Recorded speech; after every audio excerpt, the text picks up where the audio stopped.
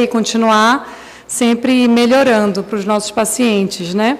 Nos cuidados do pré-operatório, eu queria ver se, nesse momento, a gente ouvia um pouquinho mais das dúvidas de vocês, né? Porque eu acho que a gente já conversou bastante sobre o laser. Eu trouxe alguns pontos aqui para a gente ter nesses cuidados pré-operatórios, mas o que forem surgindo de dúvidas, não espera o final da aula, já vai, né, levanta a mão, vamos conversar, vamos tentar que seja bem informal mesmo, para que seja mais proveitoso possível, tá bom?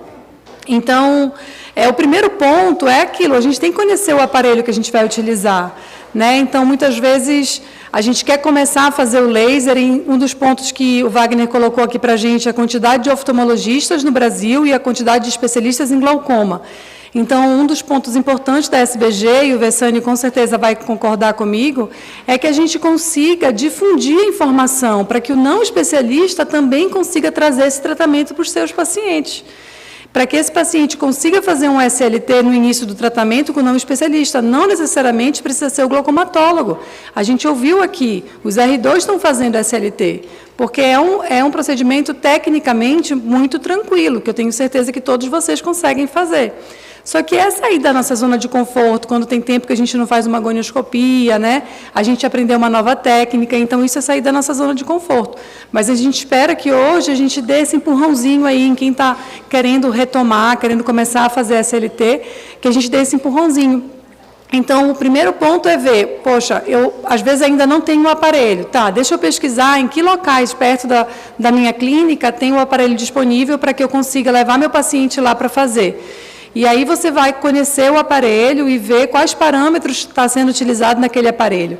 Às vezes o aparelho é antigo, e os aparelhos antigos podem acabar mudando um pouco os parâmetros, principalmente ali na potência. Mas, de uma maneira geral, você começar com 0,8 é uma potência segura.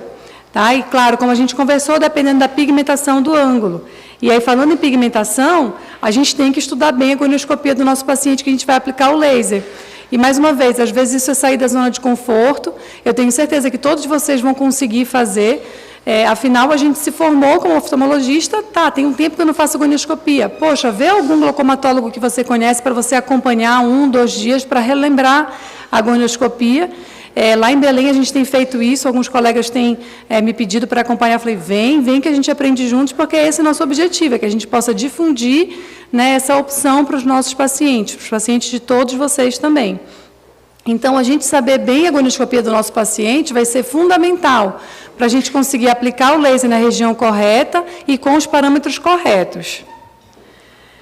Bom, aí aquela conversa que a gente teve sobre o paciente em si. Eu tenho pacientes, e vocês com certeza têm, que quando você vai fazer a tonometria, o paciente já quase desmaia, né? Então, geralmente são os homens, nada contra os homens, mas assim, cá entre nós, realmente eles têm mais sensibilidade. E como a gente conversou, quanto mais jovem o paciente, geralmente eles têm mais sensibilidade e mais difícil de fazer o laser. Então, se você está tendo dificuldade de fazer gonioscopia no seu paciente, que dirá aplicar um laser que eu preciso usar uma lente de gonioscopia. Então, isso tudo a gente já vai levar em consideração na hora da gente indicar.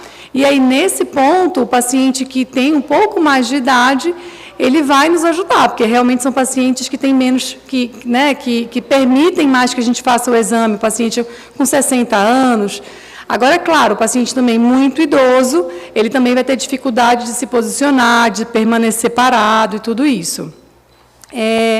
Um outro ponto que já aconteceu comigo, né, assim, eu falei, vamos fazer, tudo certo, era uma senhora idosa, mas ela deixava eu fazer gonioscopia, vamos fazer. Chegou lá, ela, assim, a minha cadeira alta, mas lá em Belém, eu sou paraense, eu tenho essa altura porque veio do meu pai, mas assim, que também é paraense, mas enfim, a maioria da nossa população são pacientes mais baixinhos, e é uma senhora muito baixinha, ela não conseguia colocar o queixo e a testa no aparelho.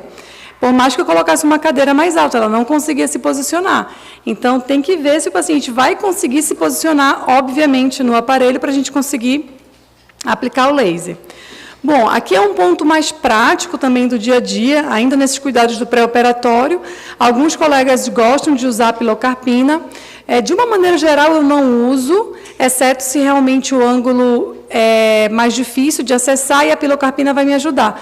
Porque muitos pacientes têm sensibilidade à pilocarpina, fica com o olho vermelho, alguns pacientes sentem náuseas, enfim.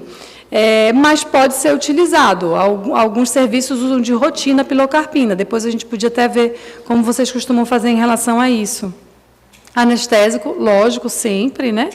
E a gotinha do tartarato de brimonidina, né? Então, muitos serviços usam de rotina uma gotinha do tartarato antes de aplicar o laser. Alguns especialistas preferem, inclusive, prescrever o tartarato por 5 dias. Isso também não tem regra, tá? Eu não costumo prescrever, eu só costumo pingar realmente antes de aplicar o laser, mas aí essa é a minha rotina, não necessariamente vocês precisam fazer assim, mas vale a pena essa gotinha só para evitar esse pico, né? E assim, isso é super importante, né? Quando a gente vai fazer a gonioscopia desses pacientes, a gente coloca uma substância viscoelástica, ou então o colírio, né? Para você poder posicionar a lente no olho do paciente.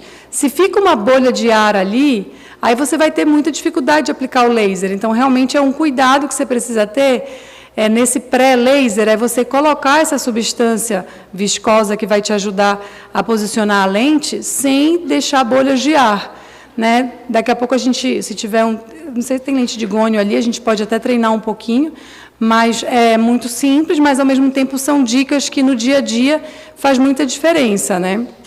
A sua própria posição no aparelho vai ser importante, que você esteja de forma confortável. Muitas vezes a gente usa aquele apoio aqui para o cotovelo, para você ficar segurando de forma confortável também. E como o Vessani colocou, dependendo do tipo da lente, você vai ter que girar. Então, eu atendo e opero em Belém e Macapá.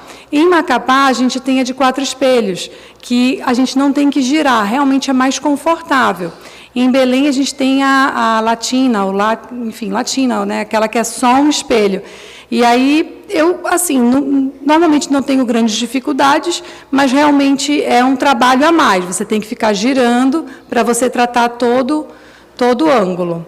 Tá? Então, esses são os principais pontos que eu trouxe para a gente conversar um pouquinho sobre o pré. Não sei se alguém queria acrescentar mais alguma coisa ou se tiver alguma dúvida também. A ideia é que a gente seja mais informal nesse momento, que a gente já teve bastante da teoria, né, para a gente conversar um pouquinho sobre esse pré. Obrigada.